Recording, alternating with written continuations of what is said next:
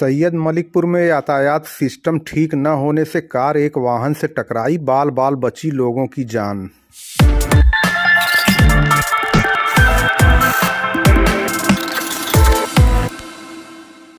National highway 233 पर सैयद मलिकपुर में यातायात सिस्टम ठीक न होने से काफी दुर्घटनाएं हो रही हैं। इसी क्रम में आज शुक्रवार को सवेरे एक कार एक अन्य वाहन से टकराकर आंशिक रूप से क्षतिग्रस्त हो गई। गनीमत रही कि इस दुर्घटना में सभी लोग बाल बाल बच गए। आपको बता दें, सैयद मलिकपुर में नेशनल हाईवे 233 पर पूरी रफ्तार में वाहनों का आवागमन होता रहता है, जबकि इसे क्रॉस करते हुए देवगांव बाजार से एक मार्ग चंदापुर, बसही, सलाहरा, बनारपुर, परसौरा होते हुए सलेमपुर के आगे तक जाता है। उसी रास्ते से कटकर बसही से एक रास्ता दौना, जहतमंदपुर तथा कटौली, बैरीडी आदि गांव तक जाता है, जिसके परिणाम स्वरूप इस मार्ग पर काफी भीड़ भाड़ रहती है। जरा सी लापरवाही के बाद यहां दुर्घटना घटित हो जाती है। नेशनल हाईवे 233 के निर्माण के समय सलेमपुर के तत्कालीन ग्राम प्रधान पंकज सिंह, बनारपुर के तत्कालीन ग्राम प्रधान मोहम्मद आरिफ, बसही के ग्राम प्रधान सालेहीन आदि के साथ कई गांव के लोगों ने यहां अंडरपास बनाए जाने की मांग की थी, लेकिन उस समय इन्हें यहां गोल चौराहा बनाए जाने का आश्वासन देकर मामले को टाल दिया गया। लेकिन आज तक न तो गोल चौराहा बना, न ही अंडरपास का निर्माण कराया गया, जिससे काफी दुर्घटनाएं हो रही हैं। आपको बता दें, यहाँ दुर्घटना में कई लोगों की जान तक जा चुकी है।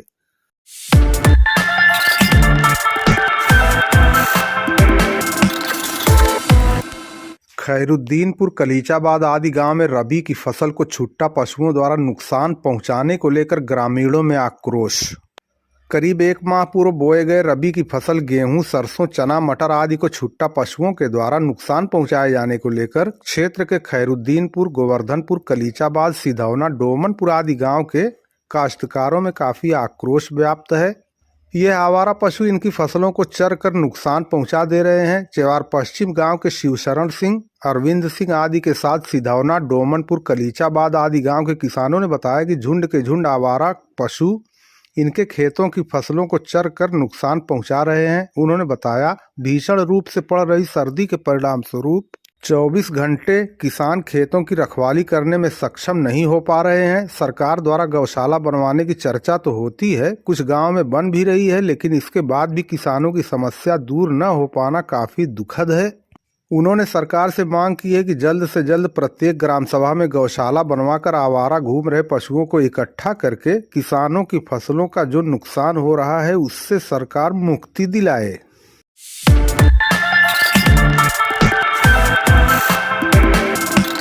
कैसी है तबीयत? अल्हम्दुलिल्लाह ठीक है, पहले से तो बहुत आराम है, अल्लाह का शुक्र है। तो क्या स्थिति बताएं डॉक्टर? डॉक्टर ने एक्सरे किया, उसमें कुछ नहीं है। अब मतलब एक हफ्ते बाद MRI होगी तो पता चल जाएगा क्या है दिक्कत। आपके काफी चाहने वाले हैं, उनके लिए संदेश दे दें कि हम ठीक हैं कि नहीं ठीक हैं। अब तो लग रहा है कुछ दिन आपकी खेल का मामला तो रुक ही जाएगा। अभी तो ऐसे 2 महीने रेस्ट है जी, और अगर अल्लाह ना करे कि मतलब लेगामेंट में कोई प्रॉब्लम आए, अगर प्रॉब्लम आ गई तो तब ज़्यादा हो जाएगा, तब 6 महीने 1 साल हो जाएगा। तो आप लोग देखने आए हैं या इनके घर के हैं? तो मेरा भाई है। अच्छा, आपके भाई हैं। खेलते हैं तो कैसा लगता है? बहुत प्राउड फील होता है। अच्छा, कल जो सुन के ये बात सुन के मुझे इतना बड़ा झटका लगा कि आँख से आंसू निकल रहे थे अपने आप। क्या नाम है आपका? मेरा नाम वकास है। वकास। हाँ, वकास है। तो इनसे छोटे हैं बड़े हैं? छोटे हैं, 2 साल। अच्छा अच्छा, तो आप भी खेलते हैं वॉलीबॉल? जी, हम भी खेलते हैं, हम तो लोकल प्लेयर हैं, तो भाई तो बड़ा प्लेयर है, तो इसीलिए। तो इनकी सेहत के बारे में लोगों से क्या अपील करेंगे? यही कि लोगों से कि आप लोग बस दुआ करिए भाई के लिए कि जल्द से जल्द आराम हो जाए और फिर से वैसा ही गेम खेले जैसे पहले था। क्या ऐसा भी आपको फील हो रहा है कि गेम प्रभावित हो सकता है? में भी हो सकता है, अगर अल्लाह ने चाहा तो हो जाएगा। और वैसे तो भाई का जो कंडीशन है अभी तो फिलहाल कोई ऐसी तो बात नहीं है, MRI होने के बाद पता चलेगी कि क्या दिक्कत है, वही चीज़ है। ठीक है, बहुत बहुत शुक्रिया। डिवाइडर से टकराने के बाद आग का गोला बनी क्रिकेटर ऋषभ पंत की कार, शीशा तोड़कर निकाले गए बाहर।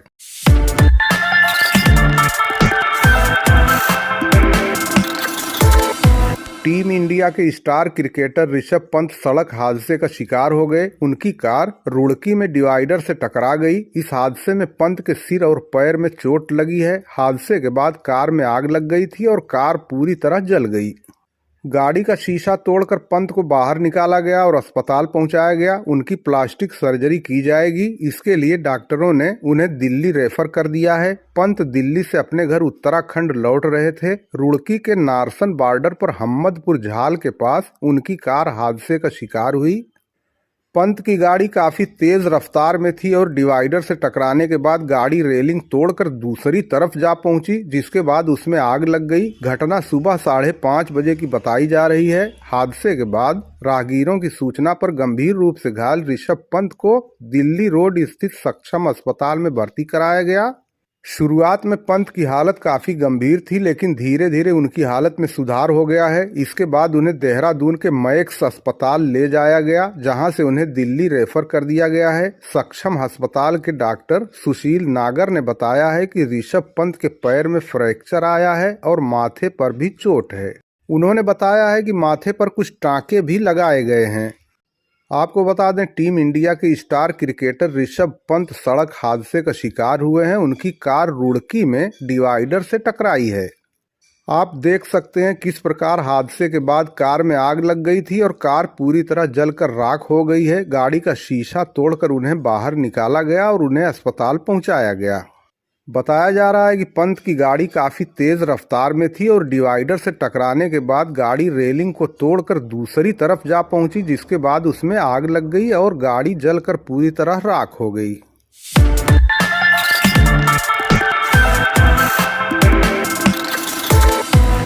प्रधानमंत्री नरेंद्र मोदी की मां हीराबा का 100 साल की उम्र में निधन हो गया। सादगी के साथ गांधीनगर में उनका अंतिम संस्कार हुआ। मोदी ने भाइयों के साथ मुखाग्नि दी। देश भर में शोक की लहर दौड़ गई है। अंतिम संस्कार के बाद काम में मोदी जुट गए हैं। इससे पूर्व हीराबेन मोदी के पार्थिव शरीर का अंतिम संस्कार किया गया। प्रधानमंत्री नरेंद्र मोदी और उनके भाइयों ने गांधीनगर के एक श्मशान घाट में उन्हें मुखाग्नि दी। हीराबेन मोदी के स्वास्थ्य संबंधी कुछ परेशानियों के चलते बुधवार को सुबह अहमदाबाद के UN Mehta institute of cardiology and research centre में भर्ती कराया गया था। अस्पताल ने अपने बुलेटिन में बताया, हीराबेन मोदी का यूएन मेहता हार्ट हॉस्पिटल में इलाज के दौरान 30 दिसंबर 2012 को तड़के करीब 3:30 बजे निधन हुआ। आपको बता दें, हीराबेन गांधीनगर शहर के पास रायसन गांव में प्रधानमंत्री मोदी के छोटे भाई पंकज मोदी के साथ रहती थीं। उन्हें हीराबा कहा जाता था। प्रधानमंत्री नरेंद्र मोदी ने अपनी मां को श्रद्धांजलि देते हुए कहा, शानदार शताब्दी का ईश्वर चरणों में विराम। मां में मैंने हमेशा उस त्रिमूर्ति की अनुभूति की है जिसमें एक तपस्वी की यात्रा, निष्काम कर्मयोगी का प्रतीक और मूल्यों के प्रति प्रतिबद्ध जीवन समाहित रहा है। मैं जब उनसे 100वें जन्मदिन पर मिला तो उन्होंने एक बात कही थी जो हमेशा याद रहती है कि काम करो बुद्धि से और जीवन जियो शुद्धि से।